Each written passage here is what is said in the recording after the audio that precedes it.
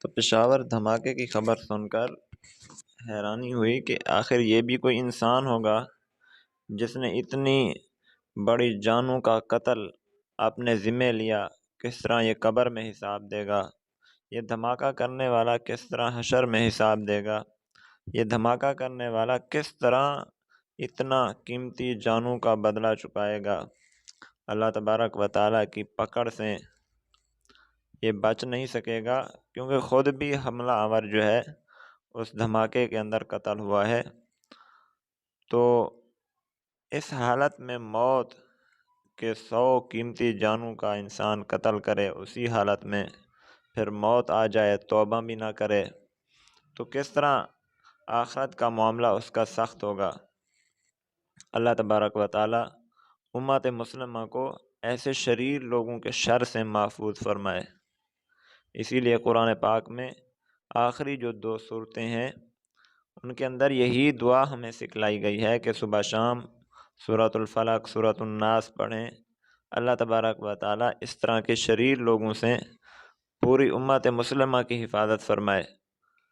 اور پھر مسجد کا تقدس بھی پامال کیا، مسجد میں پڑھے ہوئے قرآن پاک ان کی بھی بے حرمتی اسی دھماکہ کرنے والے کے ذمے ہے۔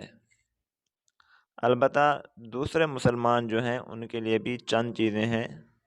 اس واقعے کے بعد پورا ملک جو ہے پشاور کے پولیس لائن کے دھماکے میں غم میں برابر میں شریک ہے، لیکن صرف غم میں شریک نہیں ہونا چاہیے، البتہ دوسرے مسلمانوں کو بھی اس واقعے سے سبق بھی حاصل کرنا چاہیے۔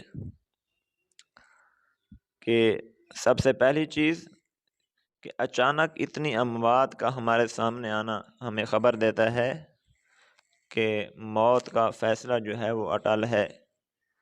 انسان جتنے محفوظ مقام پر کھڑا ہو، جب موت کا وقت آ جاتا ہے تو پھر موت ٹل نہیں سکتی۔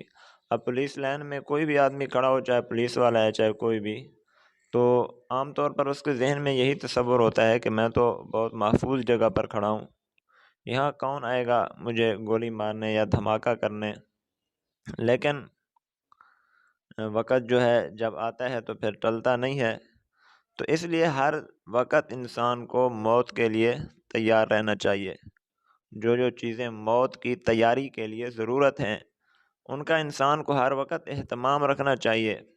سب سے پہلی چیز جو ہے وصیت نامہ، انسان کو ہر وقت جو ہے وصیت نامہ اپنے پاس رکھنا چاہیے، اور ہر بندہ اس چیز کا اہتمام کرے کہ اپنا وصیت نامہ لکھ کر گھر میں کسی محفوظ اور نمایاں جگہ پر رکھے، کہ آخر گھر سے آدمی جب نکلتا ہے تو کسی بھی وقت گولی لگ سکتی ہے، کسی بھی وقت کوئی حادثہ ہو جاتا ہے، تو گھر والوں کے متعلق ہدایات، رشتہ داروں کے متعلق ہدایات، اولاد کے متعلق ہدایات، کافی چیزیں مبہم ہوتی ہیں۔ ہمارے گھریلو معاملات، ہمارے کاروباری معاملات، جن میں ابہام کو دور کرنا ضروری ہوتا ہے۔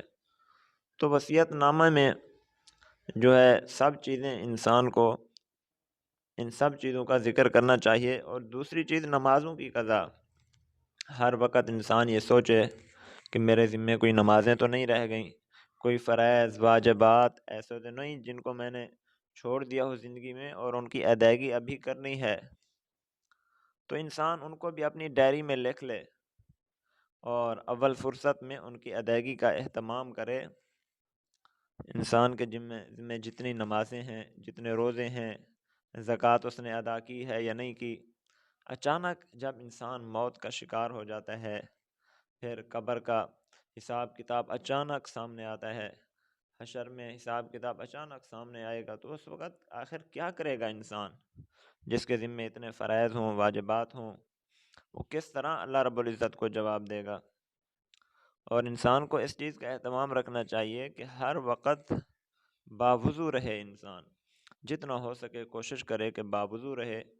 تو اس سے اگر کسی بھی وقت اچانک موت آ جاتی ہے تو کم از کم انسان کی موت باوضو آئے، تو قیامت والے دن جب انسان اٹھے گا قبروں سے تو اس وقت بھی پاک حالت میں ہی اٹھے گا، کیونکہ جس حالت میں انسان کو موت آتی ہے اسی حالت میں اٹھایا جائے گا۔ اور اسی طرح ہم میں سے ہر آدمی، چاہے کوئی پولیس والا ہے، چاہے عام آدمی ہے، جو بھی جس ڈیوٹی پر کھڑا ہے، تو اس کو اپنی زبان ذکر اللہ سے تر رکھنی چاہیے، ذکر اللہ کا اہتمام کرے۔ ذکر کرنا کوئی ایسا مشکل کام نہیں ہے کہ اس کے لیے علیحدہ وقت نکالنا پڑے۔ بہت ساری ہماری ڈیوٹیاں ایسی ہیں، بہت سارے کام ایسے ہیں کہ ہم بھی کام بھی کر رہے ہوتے ہیں اور ساتھ سبحان اللہ، الحمدللہ، اللہ اکبر، یہ ذکر اذکار اگر کرتے رہیں تو ہمارے کاموں میں کوئی خلل نہیں پڑتا، ہمارے کام بھی ہو جاتے ہیں، ذکر بھی ہو جاتا ہے۔ اب اگر اسی حالت میں موت آ جائے انسان کو، تو انشاءاللہ العزیز انسان جب قبر سے اٹھے گا تو اس کی زبان پر ذکر اللہ جاری ہوگا۔ اور ایک اور اہم چیز جس کو آج کل ہم نے ترک کر دیا ہے، چھوڑ دیا ہے، وہ پہری داری کا نظام ہے۔ رسول پاک صلی اللہ علیہ وسلم کے زمانے میں آپ صلی اللہ علیہ وسلم بہت اہتمام فرماتے تھے، مسلمانوں کا اجتماعی اموال جہاں ہوتا تھا وہاں پہرے دار مقرر فرماتے تھے، صحابہ کرام کی باری مقرر ہوتی کہ آج کس نے پہرا دینا ہے، آج کس نے پہرا دینا ہے۔ تو ہمیں اپنی بستی کے ماحول میں، اپنے رشتہ داروں کے ماحول میں، اپنے گھروں کے ماحول میں رات کے وقت یا دن کے وقت، خاص طور پر جو حساس جگہ ہیں ان پر تو دن کے وقت بھی سخت پہرے کی ضرورت ہے، ورنہ رات کے وقت تو ہر جگہ، ہر بستی، ہر علاقے، ہر ٹاؤن میں پہرے کی ضرورت ہے۔ ہم جب تبلیغی جماعت کے مرکز میں پہلی دفعہ گئے تو ہم حیران ہو گئے کہ رات کے وقت، حالانکہ وہاں اتنا علاقہ بھی ایسا تھا کہ وہاں کوئی خوف و خطرہ نہیں تھا، لیکن ہم نے دیکھا کہ کافی سارے لوگ جو ہے ڈنڈے اٹھائے مرکز کے چاروں طرف پھر رہے ہیں رات کو۔ تو ہم نے سوچا کہ یہاں کیا ہونے والا ہے، آخر اتنے لوگ پہرا دے رہے ہیں۔ تو یہ ایک سنت عمل ہے جو بزرگ حضرات اس کا اہتمام کرتے ہیں، تو ہمیں بھی اپنی بستی کی سطح پر، علاقے کی سطح پر، ادارے کی سطح پر اس نظام کو، اس سنت کو زندہ کرنا چاہیے، پہرے داری کا نظام۔ تو پہرے داری ہم بستی کی سطح پر تبھی یہ نظام بنا سکیں گے جب آپس میں بستی والوں کی صلح ہوگی، جب چند لوگ ایک جگہ مل کر رہ رہے ہیں، جب ان کی صلح ہوگی تو تب ہی جا کر وہ یہ نظام بنا سکیں گے پہرے داری والا۔ تو اس سے دو تین آدمی جو ہے وہ تو چلو پہرے داری دیں گے، لیکن باقی لوگ جو ہیں وہ تو آرام، امن اور سکون کی ساتھ جو ہے رات گزار سکیں گے۔ تو اللہ رب العزت ہمیں ان حادثات سے محفوظ فرمائے، امت مسلمہ کی حفاظت فرمائے۔ وآخر دعوانا ان الحمد للہ رب العالمین۔